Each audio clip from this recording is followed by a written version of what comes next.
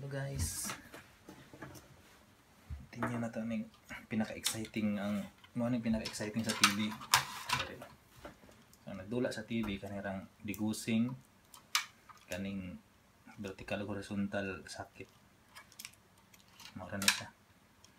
Maura ni siya ang gip under sa gikan diri sa board.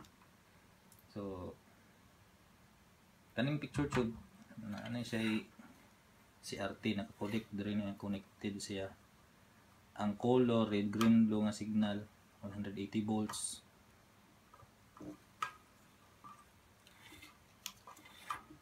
Heater ground ano nga diri. Di mo sulod ni. Dogay na jud kay ko ka repair TV.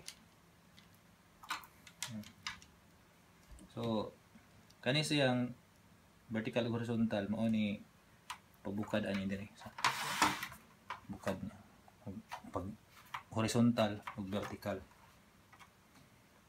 Ya kaning digusing coil mao ni siya every time nga muon ang TV mudigos ning kuan kani siya mo under ni para mapantay ang iyang color diya sa kuan say magkampat-kampat ang color sa picture tube kaniwa ni mo function. Okay, so kaning anode taas kay nagboltahe diri mo ni nagpa-under sa hayag ni aning TV plus sa beam sa heater. So kaning picture kaning tubuhan ni nanay siya heater diri gamay kay na siya beam. Anang connection ani isa lang na siya ka beam ana straight dito straight ingon dito tumo ituldok na magawas diri pag agi ani niyang coil ni diha na niya gipabukad horizontal o pa vertical. Mo ni function mo nang tako na kag nakita diri.